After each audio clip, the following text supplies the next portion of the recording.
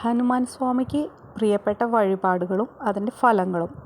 വടമാല രാഹുദോഷ പരിഹാരം, കാര്യതടസ്സങ്ങൾ നീങ്ങാനും ഗ്രഹദോഷ നിവാരണത്തിനും. വെറ്റിലമാല തൊഴിൽ വിജയം, ശത്രുദോഷം മാറാൻ, ബിസിനസ് തടസ്സങ്ങൾ നീങ്ങാനും ആഗ്രഹ സാഫല്യത്തിനും.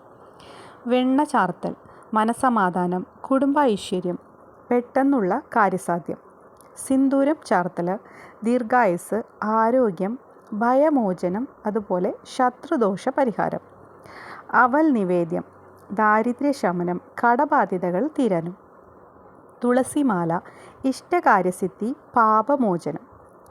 അതുപോലെ ശ്രീരാമ നാമം എഴുതിയിട്ട് മാല ചാർത്ത ഹനുമാൻ സ്വാമിക്ക് ഏറ്റവും ഇഷ്ടപ്പെട്ട, ഭഗവാൻ പെട്ടെന്ന് പ്രസാദിക്കുന്ന ഒരു വഴിപാടാണിത്.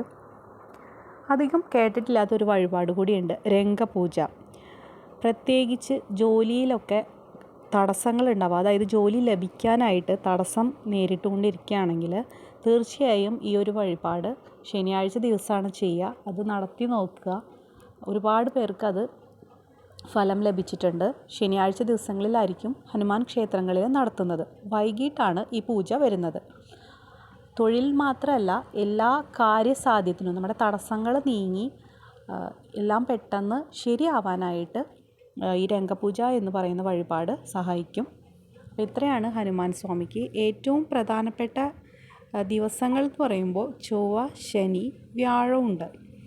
ഈ ദിവസങ്ങളിൽ വ്രതമെടുത്ത് ക്ഷേത്ര ദർശനം നടത്തുന്നത് ഫലസിദ്ധി വർദ്ധിപ്പിക്കുകയും ചെയ്യും.